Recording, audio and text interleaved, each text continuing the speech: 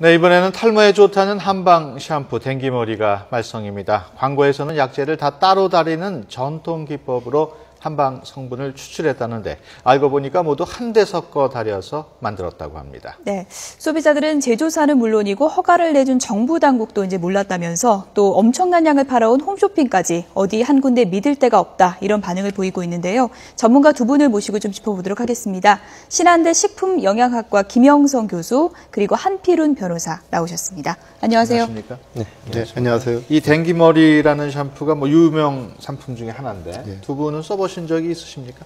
예, 저희는 뭐 사실 우리 아이들이 굉장히 좋아하고요. 네. 저희 집사람도 굉장히 좋아하고 저희 가족들이 이 댕기머리 샴푸 많이 사용하고 있었습니다. 우리 한 변호사께서? 예, 저도 뭐 생각보다 머리숱이 없어서요. 예, 많이 써봤습니다. 먼저 그 원료 추출 방식에 대해서 얘기를 해보겠습니다. 원료를 개별 추출했느냐 아니면은 혼합 추출했느냐 이렇게 쟁점으로 떠오르고 있는데 차이점이 있습니까? 우선 이번에 YTN에서 단독으로 이렇게 보도를 하게 된 거에 대해서 소비자 입장에서도 굉장히 감사하게 생각을 하고요. 네. 오늘 이 뉴스 시간을 통해서 우리 소비자분들이 반드시 아셔야 될 게 피부가 숨을 쉰다는 거예요. 이게 그 피부에 우리 먹는 거랑 똑같은 작용을 한다라는 거. 네. 피부를 통해서 이런 성분들이 우리 몸에 들어와서 해를 줄 수도 있고 유익한 작용을 해줄 수 있어요. 네. 그래서 이제 이 회사가 허가를 맡을 때 이렇게 개별 추출하는 것은 개별 추출해서 허가를 맡았고 혼합 추출하는 것은 혼합 추출을 해서 허가를 맡았는데 이 회사가 한약재를 몇 가지를 사용하냐면은 무려 34가지를 사용해요. 네. 그럼 이 34가지 한약 재료들을 개별 추출하는 게 다 이유가 있을 거라고요. 왜냐면은 A라고 하는 한약 재료에서 좋은 유효 성분을 추출해서 이 샴푸에 사용하는 거거든요. 그래서 반드시 개별이라는 것은 뭐냐면은 인삼이다 그러면 인삼만 하는 거예요. 근데 혼합은 뭐냐 그러면 여러 가지를 섞는 거예요. 그래서 우리 시청자분들이 왜 그럼 식약처에서 개별로다가 이렇게 허가를 해줬냐 또는 혼합하는 거는 왜 혼합으로 허가를 해줬냐 이렇게 해준 이유가 있다는 것을 반드시 오늘 좀 아셨으면 좋겠습니다. 그러면은 그 이유가 있다고 하셨는데 개별 추출해서 나온 것과 혼합 추출해서 나온 것과 성분이 좀 달라질 수 있다는 말씀이신가요? 사실은 성분 자체는 그렇게 큰 문제가 안 되는데 개별 추출을 할 때 제일 중요한 게 온도, 시간 이런 것들이에요. 그래서 A라고 하는 한약 재료에서 좋은 성분을 추출하기 위해서는 몇 시간 해야 되고 몇 도에서 해야 되고 뭐 물은 얼마를 집어넣어야 되고 이런 것 때문에 그 아주 효능이 좋은 거다 이렇게 정부에서 인증을 해준 거거든요. 근데 이런 거를 혼합하게 되면 이런 양리 효과가 검증을 받을 수가 없고 특히 다른 것들이 이렇게 혼합됐을 때 안전성에 있어서 이렇게 검증되지 않으면 안전성에 있어서도 문제가 될 수 있다라고 생각을 합니다. 한약재가 섞이면 좀 안 좋은 성분이 생길 가능성도 있는 건가요? 그러니까 우리 한의사분들이 한약을 이렇게 제조하실 때는 그냥 제조하시는 게 아니라 저와 개인적으로 식품학자지만은 반드시 그 해로운 거 또 해롭지 않은 거 또 우리 장기에 가서 어떻게 약효가 작용하는 거 이런 걸 다 과학적으로 이렇게 분석을 해서 한약을 제조해 주시는 거거든요. 그거와 마찬가지로 이 샴푸도 한방의 원료를 사용할 때는 그런 걸 안 지키면은 해로울 수도 있다라고 말씀드립니다. 그러니까 개별 추출이 아니고 허가받지 않은 방식으로 할 때는 또 그 방식에 대해서 허가가 별도로 또 필요하다는 말씀이시죠? 원래가 식품이든 화장품이든 처음에 허가를 받을 때대로 해야 되는 거예요. 이번에 문제는 허가는 이렇게 신청을 하고 허가대로 안 냈다. 반드시 위법이고요. 또 그러면 하다가 보면 바뀔 수도 있잖아요. 바뀌게 되면 거기에 대한 배합 비율이 바뀐다던가 제조 방식이 바뀌면은 새로 허가를 또 맡아야 되는 거예요. 그게 일반적인 상식입니다. 그 허가받은 것과 다른 방식으로 원료를 추출을 했다면 법적으로 문제가 있을 것 같기도 한데요. 우리 한 변호사께서 제가 여쭤보겠습니다. 그 홈쇼핑에서도 원료를 따로따로 다린다 이렇게 광고를 했단 말이에요. 그런데 이런 내용이 허위 광고나 과장 광고의 소지가 있을 것 같은데 법적으로 문제가 될 수 있나요? 예, 뭐 문제가 될 수 있는 부분은 분명히 있고요. 예. 그 이제 뭐 그 해당 업체에서도 밝혔습니다만 지금 문제되는 샴푸가 의약 외품인 경우가 있고 화장품인 경우가 있다. 네. 이제 의약 외품인 경우에는 약사법에 강한 규제를 받고요. 예.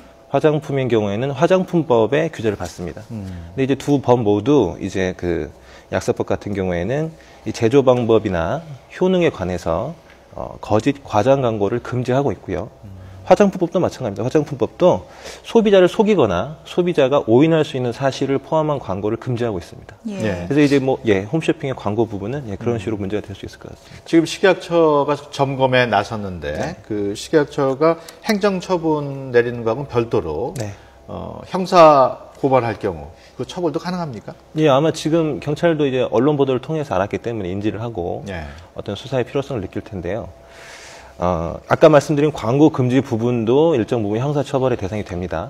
되긴 됩니다만 또 한 가지 더 중요한 부분이 그 약사법의 규제를 받는 의약 외품의 경우에 교수님 말씀하신 것처럼 만약에 그게 이제 혼합 추출이 아니고 개별 추출이 아니고 혼합 추출이다라고 예. 하면은 의약 외품은 아주 엄격하게 사전에 신고 허가를 받도록 되어 있는데 예. 그것과 다른 방식의 성분과 분량이 들어가 있거나 제조 방법이 다른 경우에는 아주 강한 처벌이 내려지게 되어 있습니다. 예. 그러니까 이제 신고한 것과 제조 방법이 이제 알려진 것과 이제 많이 달랐다는 부분인데 많은 소비자분들이 또 궁금한 부분이 제조 방법이 이제 달라지면서 그 약재 좀 혼합 비율도 좀 달라지지 않았을까라는 의심을 이제 갖게 될 수밖에 없는 것 같은데요. 이 부분은 어떻게 확인되고 있는 건가요? 그렇기 때문에 예. 식품의약품안전처에서 이런 화장품이라던가 의약품 외품을 관리를 하는 거예요. 이거를 처음에 허가된 대로 하라고 허가를 내주는 거거든요. 예. 그런데 제조업체에서 예를 들어서 원가를 절감하기 위해서라든가 여러 가지 이유에 의해서 절대로 바꿀 수가 없는 거예요. 그러면은 해보니까 과학적으로 이렇게 바꾸는 게 좋겠더라. 그러면 그거는 반드시 식품의약품안전처에 이 신고를 해서 허가 방법을 바꿔야 되는 것이 상식적인 이야기입니다. 예. 이 문제는 이 업체가 특허도 받았다는 건데요. 네. 이 어떤 내용으로 특허를 받았는지 좀 살펴봐야 될 것 같은데, 네. 만약에 그 문제가 있을 경우에는 좀 어떻게 조치를 취해야 되는 거 아닙니까? 어떻습니까? 예, 뭐 특허 부분 지금 말씀하신 사실관계가 좀 정확하지 않습니다만, 예. 뭐 특허 부분도 만약에 허위로 받았다거나 그런 부분이 있다면은 어떤 적절한 조치가 있다고 생각합니다. 예. 네. 네, 결국 뭐 관리 감독 맡고 있는 식약처나 특허청이 이제 서류로만 심사를 하는 게 아니냐 이런 지적이 지금 나올 수밖에 없는 그런 상황인데요. 어떻게 보십니까? 저가 뉴스에 나와서 많은 이야기를 예. 하는데 식품의약품안전처가 정말 대단한 인력을 갖고 있거든요. 예. 세계적인 인력들을 가지고 있어요. 근데 이제 참 인력이 부족하다 보니까 현장 조사를 나가는지 안 나가는지는 저가 확인을 안 해봐서 모르지만 예. 반드시 현장에 나가서 조사를 하고 그런 절차가 예. 공식적으로는 없는 건가요? 공식적으로 되어 있죠. 예. 서류상으로만 한다 그러면 모든 업체들이 다 서류만 제출하면 예. 되겠죠. 그러나 반드시 이 관리 당국에서는 나가서 그대로 하나 안 하나를 점검을 하게 되어 있죠. 예. 예. 네, 만약에 이제 특허를 받았는지를 좀 알아봐야 되는 부분 같고요. 특허를 이제 받았다면 특허청 그 관리 문제도 좀 제기가 될 것 같은데요. 심사 예. 과정이나 이런 부분은 어떻게 볼 수 있을까요?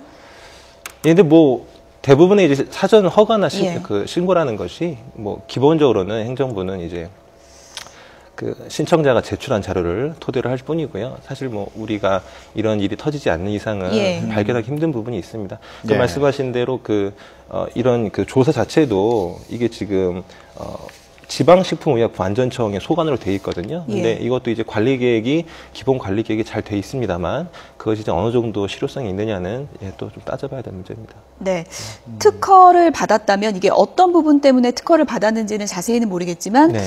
특허를 받은 부분에 있어서 잘못된 부분만 지적이 될 수 있는 건가요? 어떻게 볼 수 있는 건가요? 특허를 허위로 받았다고 한다면 특허 예. 자체가 취소가 될 수는 있겠죠. 예. 예. 그런데 뭐 거기에 지금 사실관계 명확하지 않기 때문에 네. 정확하게. 지금 이 그 회사의 내부 문서를 보면은 네. 지금 뭐 개별 추출, 혼합 추출 이렇게 얘기가 나옵니다만은 개별 추출 아마 그 신고는 아마 그런 개별 추출돼 있는 것 같은데. 예, 그렇습니다. 예. 그 의약의 개별 품은, 추출을 네. 하기에는 장비가 너무 좀 부족했다. 네. 이런 그 지적이 나오고 있습니다. 그렇다면 애초에 이렇게 부족한 장비로 개별 추출을 하겠다고 얘기를 했다면 네. 이것도 문제가 되는 건 아닙니까? 예, 근데 지금 또 정확하지 않은 게 의약 외품의 경우에는 네. 개별 추출을 반드시 해야 되는 거고요. 예. 화장품의 경우에는 사전 신고라는 자체가 없습니다. 화장품의 경우에는. 그래서 예. 그 부분은 이제 뭐 부당 표시 광고나 아니면은 인체에 위해를 끼칠 수 있는 물질이 들어있는 여부가 문제가 되는 거고요. 의약 외품 부분을 개별 추출을 할 수 없는 능력인데도 불구하고 했느냐. 예. 이 부분까지는 사실 법적인 책임을 묻기에 조금 어려운 부분이 있습니다. 네. 우리 교수님 보시기엔 어떻습니까? 한 1년에 960톤인가 이렇게 생산을 했다고 그래요. 그래서 네. 계산해 보니까 한 달에 한 80톤씩 하는 건데, 네. 요번에 그 보도를 보고, 제가 인정하지 못하는 부분은, 저도 식품회사에서 오래 근무를 했었거든요. 네. 그 설비라고 하는 것은 보통 생산하는 것보다 한 30% 이상의 장비를 갖고 있어요. 예. 왜 그러냐면은 청소도 해야 되고, 네. 또 기계가 고장 날 때도 있고, 예. 그러기 때문에 그 추출하는 장비가 부족했다라고 회사에서 이야기하는 것은 예. 도저히 상식적으로 납득할 수가 없고요. 예. 그 많은 양의 한약 재료들을 추출을 하는 장비를 예. 안 가지고 이렇게 엄청나게 많은 양을 판매할 수 있을까, 이런 건 다시 한번 좀 점검이 돼야 된다고 생각을 합니다. 네. 백수호 사태도 이제 있었지만요. 백수호 사태 있을 때도 일단 가장 큰 피해자는 소비자 아니겠습니까? 이런 뉴스 나올 때마다 이 물건을 산 소비자들이 이제 가장 씁쓸할 수밖에 없는데요. 이 제품 역시 이제 홈쇼핑에서 이제 많이 판매가 됐기 때문에요. 홈쇼핑인지 몰랐다고 하면 법적인 책임을 어느 선까지 물을 수 있는 건가요? 근본적으로 이제 홈쇼핑은 유통업체고요. 예. 예, 광고를 해준 유통업체이고요. 기본적인 책임은 제조업체에 무언가 있을 겁니다. 그리고 뭐 책임의 소지라는 것은 해당 제품을 뭐 환불한다든가 네. 이런 것들이 가장 큰 문제가 되겠죠. 근데 이제 홈쇼핑 업체가 백수호 사태 때도 마찬가지였습니다만은 이 표시 광고에 관한 책임을 어디까지 지울 수 있을 것인가. 우리 그 표시 광고에 관한 그 공정에 관한 법률을 보면은 표시 광고를 한 사업자는 그 표시 광고가 허위이거나 과장인 거에 대해서 자기가 과실이 없음을 다툴 수가 없습니다. 물론 이제 이 부분을 홈쇼핑 업체에 어느 정도까지 적용시킬 수 있느냐는 뭐 향후 검찰 조사나 아니면 뭐 소송이 일어난다면은 거기서 법리 다툼이 있겠습니다만, 기본적으로 우리 법에서 그 표시나 광고로 사업자가 막대한 이득을 얻기 위해서는 예. 그 이면에 표시 광고를 한 것에 책임을 져야 된다. 이런 것들이 어떤 그 법적인 근본적인 인식이거든요. 근데 이 부분에 대한 책임을 아직 법적으로 어떻게 명확하게 예. 뭐 선례가 많아서 이렇게 확 이렇게 지울 수 있다. 이런 부분은 아니지만 기업들이 이런 인식을 좀 가지고 사전적으로 갈등이 폭발하기 전에 책임을 예. 지는 인식이 중요할 것 같습니다. 예. 그 댕기머리 관련해서 제조사 측은 논란이 되니까 사과를 했습니다. 예.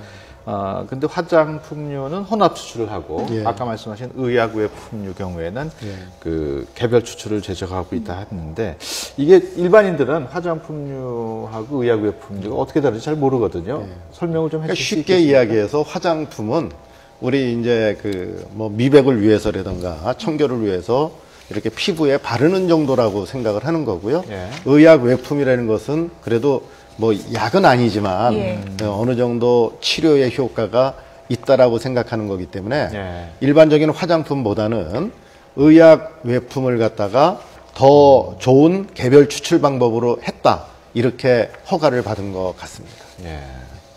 네.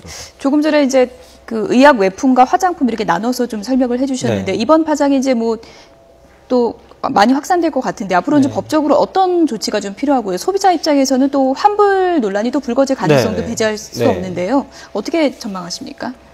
첫 번째로는 백수호 사태 때도 그랬습니다만 예. 이것을 이 사실관계를 명확하게 조사할 수 있는 책임이 있는 기관이 사실관계를 최대한 뭐 숨김 없이 빠른 시일 내에 공표를 해서 조사해서 공표를 해서 국민들의 불안감을 해소하는 게 가장 먼저입니다.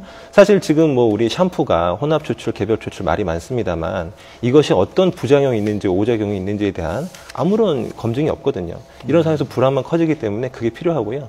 이게 뭐 법률적인 부분이 있다면은 이 혼합 추출을, 개별 추출을 해야 하는데, 예. 혼합 추출을 한 의약품 자체는 약사법상 명백한 위반이기 때문에요. 예. 뭐, 허가 취소, 아니면 뭐 제조 취소라든가, 아니면 뭐 1년 이내 업무 정지, 또는 과징금도 2억까지 가능합니다. 그런 행정처분이 빠르게 내려져야 될 것 같고요. 거기에 더불어서 그런 행정조사가 면밀히 이루어져서 명확한 사실관계가 나온다고 한다면은 형사처벌이 이루어지겠죠. 그런 것들이 일련적으로 빠르게 진행이 되어야 국민들의 공포와 불안을 덜 가지게 될 것 같습니다. 예.